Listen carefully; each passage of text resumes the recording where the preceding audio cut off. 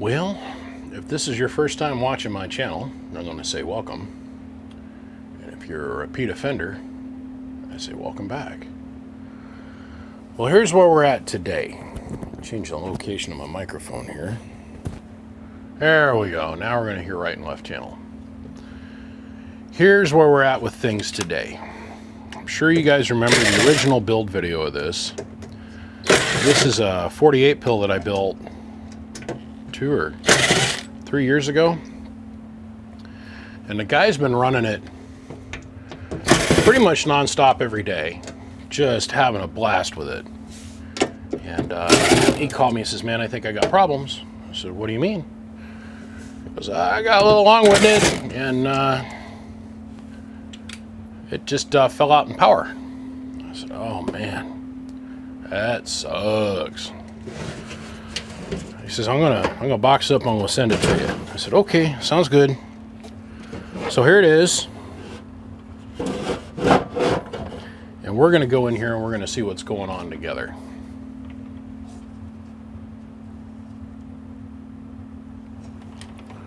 Let's go in here.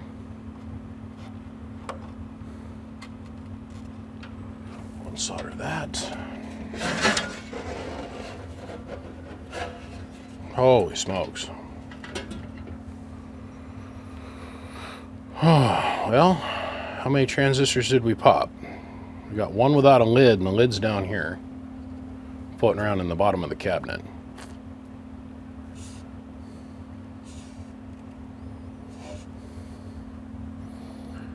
Well, he blew the whole back of the doorknob off. The output tuning doorknob blew off, exploded. Wow, got problems. Okay, so we got 1, 2, 3,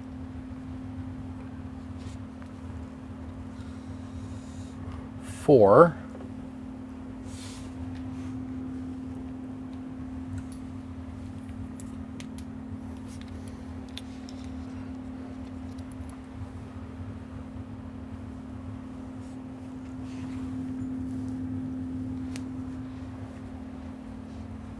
5, 6. We got 6 blown transistors for sure. Wow. Wow. Wow is all I gotta say. This is our input side.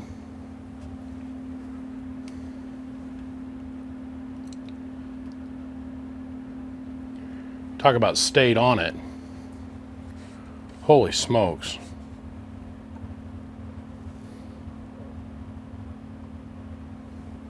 Wow. Okay. Yeah, this input resistor over here is burnt.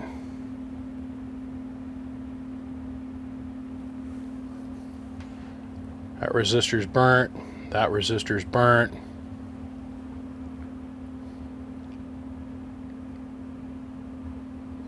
Wow, wowzers.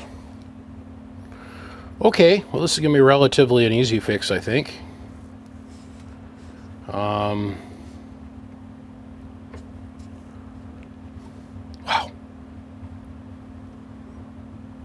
Okay. All right. Well, let's start looking at this here. Before I start taking everything apart, I called him. I said, man, that had to have been a hell of a bang when the doorknob come apart. And he goes, the what? I said, the doorknob. He goes, what do you mean? I said, the doorknob. Part of the output tuning network. It's exploded, blown up, burned through. I said, man, you've had something seriously go wrong in your station, like coax connectors burned or your gamma's burned through or something. He's like, no, my SWRs are great. And he's keying. I can hear him keying up his other amp in the background. Click, click, click, click. And I'm like, dude, stop. He goes, what do you mean? I said, it might not show up. It might not show up unless you're on a big box. I said, you need to take your antennas and pull them down and let's go find out what's shorted out. I'll come to find out he doesn't have a reflect meter. He's got a forward meter, but he doesn't have a reflect meter. So something could be shorting out and he's not seeing it. All he's seeing is Well, I key it up, needle goes to here. When I modulate, it goes to here, and it keeps doing that. He's not seeing any spikes, so he thinks his SWRs are good. It's like, no, man, you got to put another slug in there and turn the slug around so you can see what your reflect is. Running for 3.5 years, and I told him, I said, you know, I had a situation over here where when I was down on my 15, I'd key up and I'd be talking. Every once in a while, my reflect would just go flink to the corner. My output level would stay the same, but my reflect would jump over to the corner. I'd unkey for a couple minutes, and then it'd be fine. I was like, well, that's interesting, and it'd only do it when I was on the big box. Well, I finally crawled up there and I looked at it, and this is what my coax looked like on the inside. That had been getting hot for a long time. This is the inside of two 18 coax. The eyelets all burnt and corroded, disintegrated from it arcing over for where it was making contact with the vacuum variable. I changed all of this, by the way. I took and skinned the coax back, put a hoop in the center conductor, then took a big bolt with stainless steel hardware and then made another jumper out of like aught gauge cable that went over and attached to the vacuum variable and clamped the two. I changed all of this. This is no longer even an issue. But the point that I'm trying to make is if you have an SWR issue at high output, it necessarily won't show up when you're on your driver or with your MFJ antenna analyzer. Well, I hate that. I hate that. I hate this logic. It's silly when people say it to me. Well, and here's the logic. Here it is. Well, I set my antenna analyzer on there, and it says I got a match at 1.0. So why is my SWRs jump to the corner when I turn on my 16 pill? Your antenna analyzer puts out 1/4 of 1 watt, and then you're going to go and put 4,500 watts in it, and you don't think that the antenna's electrical properties are going to change? Just saying, food for thought. This is the doorknob I'm talking about. This is all that's left of it.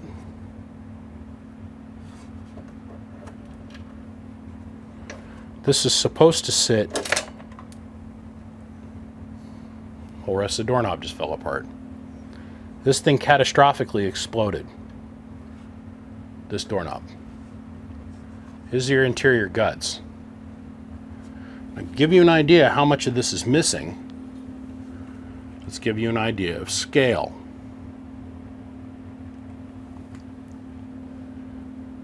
Here's a new one.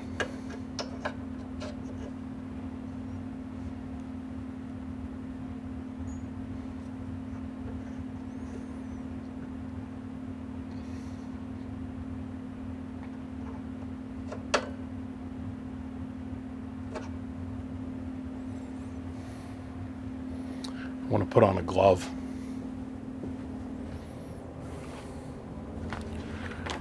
This stuff is stupid sharp. And I'm currently, as of today, don't have any major cuts on my fingertips, which is kind of nice. So.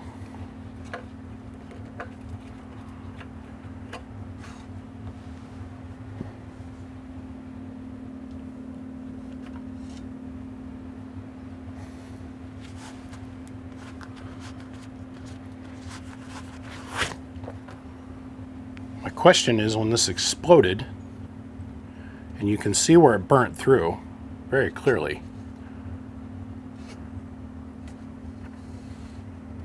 That's how this is supposed to sit, something like this. You can see where that burnt and flashed through. Where's the rest of the doorknob? Where are all the little bits? Now I remember this to be about 100 puff. This is a 100 puff doorknob, same kVA rating and everything. Where's the rest of it? 2/3 of the doorknob are missing. Where's the rest of its parts? This is the only parts I got. Where'd it go?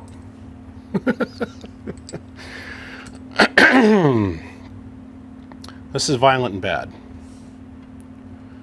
There's only a couple things that cause these to fail. Heat, too much current potential, and a wildly fluctuating SWR, and it backed up. And it arced over here because this is the weakest link in the chain. I guarantee you, tomorrow. He's going to say, I'm going to go out there, I'm going to go climb up on my tower, I'm going to take a look at the connectors. He goes, man, I covered all those connectors in so much anti-water and na-na-na-na-na-na-na-na. And I said, yep, you got to take all that apart. We got to go inside and look. Got to go inside and look. Because who knows, on the inside of that connector, unless you physically lay eyes on it, let's see here. Here. This is the same connector he's got. Unless you physically can lay eyes on in there, who knows? It could have gotten dirt or water inside of it, and it could be arcing right inside the connector. You don't know.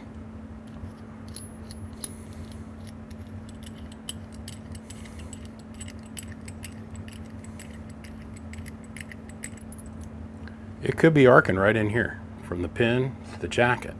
And this could all be burned up. So you have to visualize this thing sitting up there on the antenna, screwed into its recipient socket, and you're looking at it from the outside, and it's all burned up on the inside. You don't know. It's like my good friend Brian Smith. He was running a 3CX or 4CX 5000. 4CX 5000, I think. And he goes, man, my SWR keeps jumping all over the damn place. My reflect keeps going up off the scale. I said, oh, okay. He's going outside and he's looking at his coax. He's putting his hands on it. He's touching everything. He's looking at his, he's running a gamma match. He looks at his gamma match and it looks great. And I said, Brian, it might be on the inside. You're going to have to take all that apart. He's like, man, you know how much work that is? I'm like, well, it's obviously there's something wrong. I mean, all your connectors are good. And so he goes and he takes the gamma match apart, and the inside portion of the gamma match, so you got your tube, and then your other interior rod that's got supposedly Teflon on it is slid inside of it, okay? He goes and he slides that thing out, and as he starts to pull it out, it starts turning gray and then black, and then the whole tip of the gamma match is disintegrated on the inside, and the whole inside of the gamma match is burned up. But you couldn't tell it from looking at the outside. Just like this. I had a little collet that attached to the coax, and this went inside my little piece of like 4-inch PVC pipe that I got my vacuum variable mounted inside of. Obviously it was orientated like that. You couldn't see it. I'm walking outside and I'm looking at it, and I'm crawling up there and I'm looking at it, but man, I pulled that cap off the end of that vacuum variable and seen this, and the whole inside of that tube was jet black from this thing burning and smoking and arcing. Like this was a big eyelet, not this little tiny hodunky thing. This was a big eyelet that was on here. It's just all disintegrated and corona arced and burned off, flashed away. And this was soldered. The solder's gone. I mean, this is like a 1/16 of the thickness it was. I mean, this, no joke, this was a decent eyelet. So, it's what it is. Sometimes we need to do some visual inspection. I can see for sure, now that I've had a little bit more time to look at it, that I have for sure at least 7 blown transistors. Let's talk about this for a minute. This is our input network. These 2 resistors have been hot for a long time. Not just 1 or 2 key ups, but this got hot enough at one point or another to where the coax literally come unsoldered. This got hot enough that the solder melt, and it fell off and the wire came disconnected. Okay. This is over here is burnt also. That's not shadow, that's burned, burned, burned, burned. And these are all from being out of balance. And what causes out of balance? Bad transistors or bad caps or whatever on down chain. So the RF can't go in. What backs up and it shows up here is imbalance. Remember, this box has been talking every day for 3 years. I think what has happened is he's had one pill go bad, or he had a connector blow up on his antenna. His doorknob popped, which took his whole output circuit and put it out of resonance, but he kept talking on it and didn't recognize that the power fell out. And he kept talking on it until he had enough transistors in here finally quit to where he had a significant power drop off. And by that point, most of this damage had been done. And that's when he caught it.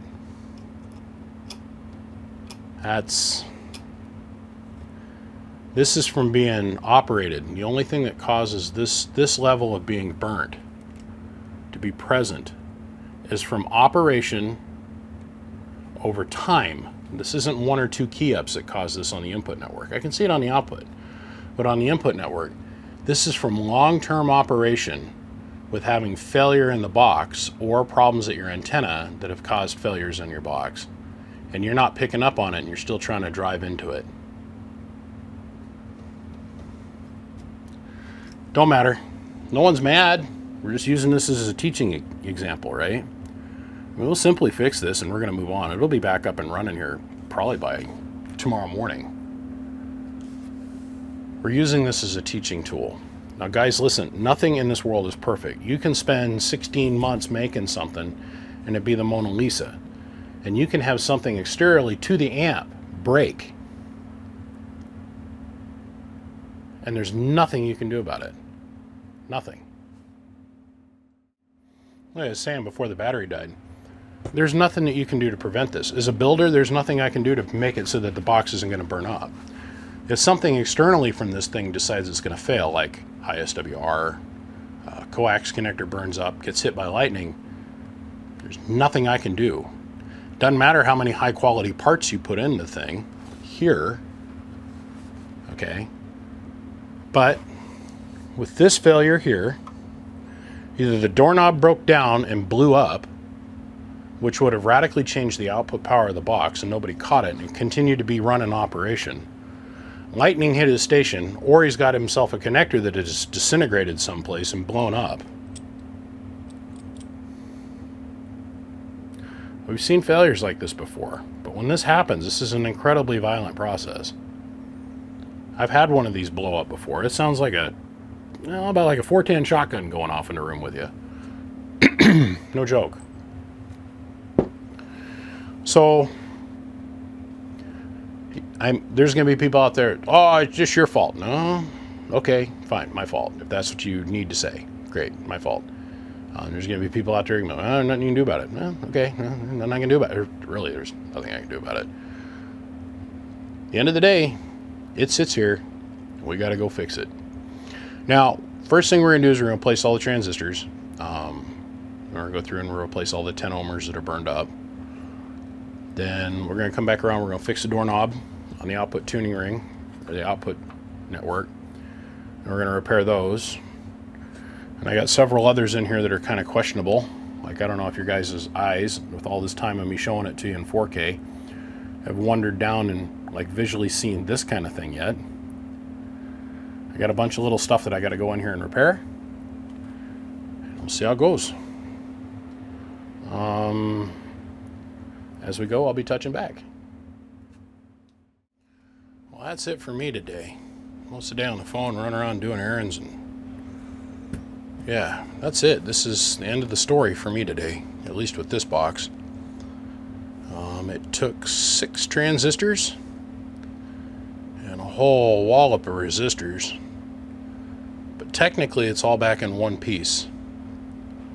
New doorknob installed over here. So basically preloaded the shotgun again. I want to know where the rest of the parts of this doorknob took off to. Man. But it's just proximity to ground. That's all that this works off of. There's 2 plates, spaced a given distance apart. That's all there is to this. And we can clearly see where it burnt through and blew up. Let's see if we can get a little bit better angle on this for you.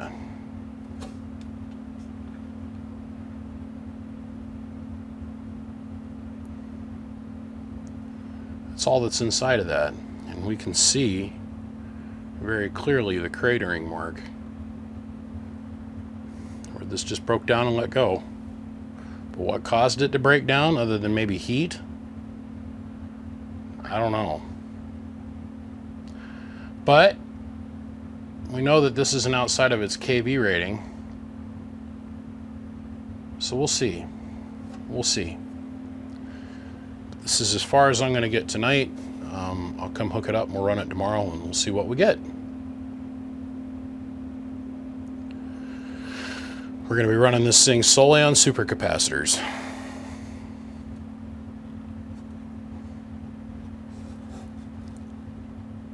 Okay. Good night. Okay, so went and ran the box. Nothing's getting hot except for this port on the combiner, which leads to this splitter. Now on this particular 4-pill section right here, we had this transistor pop, which we've had to replace, but showing up on the FLIR, this flyback is getting hotter than hell. This balancing resistor is getting hotter than hell. This input balancing resistor is getting hotter than hell. But this is cool. This 10 ohmer is hot. This flyback is hot, and this transistor is ice cold. So it tells me that pill is dead as well.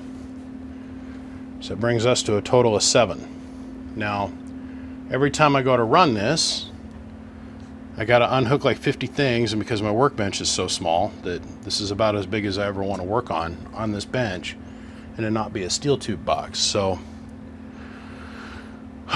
we'll pull this out. We'll test our 10 ohmer down here, and then we're going to remove this transistor and test it as well.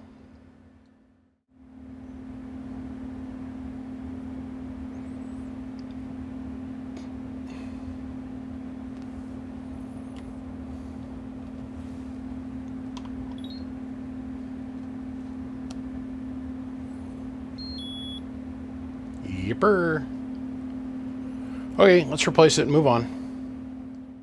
Okay, first off, let me say if you got headphones on, you're probably going to want to turn the volume down just a little bit, because the RF from this thing is going to get into the wireless antennas here. So, doorknobs replaced, 7 transistors replaced, input balancing ring completely rebuilt, and no more heating at all on the input balancing ring. None of the other balancing resistors are getting hot. I think we got all the bugs worked out of it. So let's run it here a little bit. We're on 14 volts. And that's a 1,000 watt slug. And peak 5x, so 5,000 watts. It's 1,000 in average. We're going to have to change that too. And a 5 watt slug and reverse back from the Bird 10,000 watt dummy load. So what we got over here is a 50 watt slug sitting between the 48 pill and the bench 2 pill way over here. So first, let's show you drive. Hello, 1 2 1 2, about 400 watts. I'll put 400 watts in it and see what we get out of it. Hello, about 3,000 watts in power. No, pardon me, 2,500 watts of power. Hello. Hello. That's with the 2950 hitting the 2 pill. Hello, hello, hello. Hello, hello, hello, hello, hello. Hello, hello, hello, hello, hello, hello. Hello. It's working just as it should. Now, what we're looking for is heat, because heat's going to show us imbalance.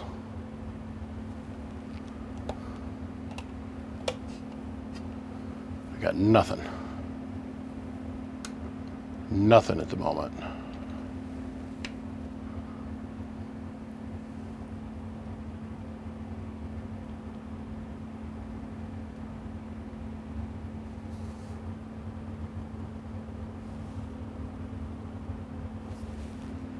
This looks good. Looks real good. Okay, next up, let's increase drive. Okay, so I worked out that the doorknob I had in here, I had this tube slammed all the way in, and I couldn't get it to do more than about 2,000 watts, and to me that was a little low. And as I'm going through this, I'm videoing it. So we changed this out to a 200 puff cap, and look at what happened here. So once again, that's a 1,000 watt slug in 5x. Let me show you drive. Hello, 1, 2, 1, 2. Still about 400, 425 watts. Got down, got down. Hello. Much better. Much, much better. Hello. That's even a little bit better. Hello. 1, 1, 1, 1, 1, 1, 1, 1, 1, 1, 1, 1, 1. That makes me happy. Okay, so 200 watts of drive, making 5,000 out plus. Only 400 watts input. Hello, hello, hello, hello, hello. Hello, hello, hello. 4.5 watts, perfect. That's what I remember it doing when I built it. So let's bring, I don't know, we'll go to 1,000 watts of drive on it and we'll see what it does. If I remember, it kind of runs up against a wall somewhere around 8,000 watts. So I'm going to change slugs, change slug, and we'll go from there. I'm going to try and set the camera back a little bit further from the amplifier, and hopefully that'll help the RF from not getting in the microphone as bad. Okay, so let's zoom on in over here. That's a 5,000 watt and 2X. So this guy here, full deflection's 10,000. We're shooting to hit that 80 right there. That's a 10,000 watt slug in average, or bird, however you want to look at it.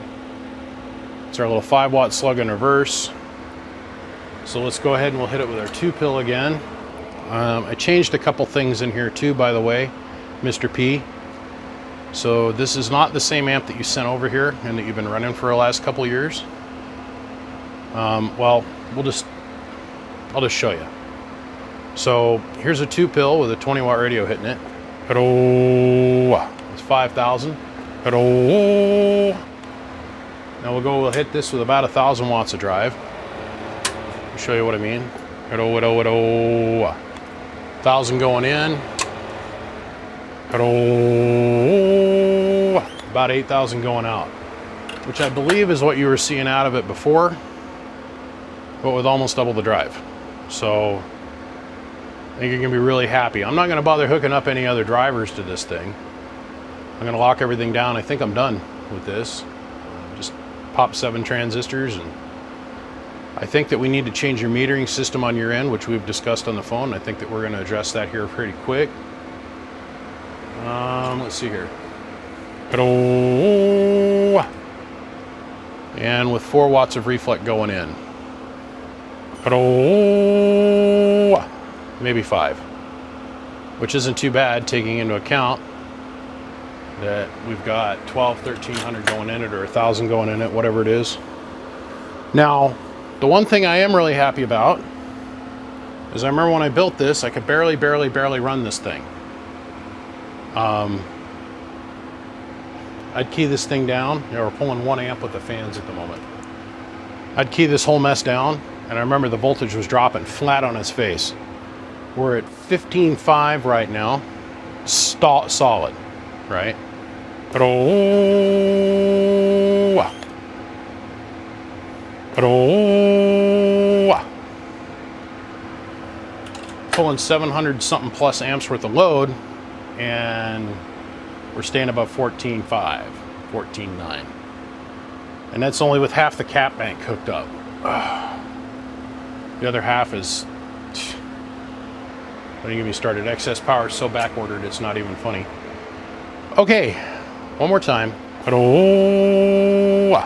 There's our 8,000, which is right where we want to be for the amount of power going in it. So, Mr. P, it wouldn't surprise me that when you go and you drive this on your end with a little bit bigger driver, because this thing is designed to take more drive, that you don't see a tremendous power output increase. We're going to take a look at our combiner ring. Absolutely nothing is hot. Moreover, nothing's hot anywhere inside the box. The highest temperature I got is 82 degrees. Nothing's hot. Learned a little bit since I built this 4 years ago, and we applied it here, and it was very subtle. I just had to change 24 capacitors, which was no big deal. Well, on that note, I'm going to lock it down. was good to see the old girl again. It's a shame it was underneath such shitty situations, but Mr. P, I think you're going to be very happy. I'm going to let the box cool down, get the lid on it, test the fans. Oh, I got to put the 15 ohm protectors on the fans, which we don't have. I'll put those on here in a minute. But in that, short of that, I think we're done. Gentlemen, my name is BBI. That's my phone number. If you got any questions or anything I can do to help you, don't hesitate to give me a ring. Big shout out to Excess Power. Big shout out to Siglent. Moseying on to mosey on. All right, we'll see you guys. Bump, bump.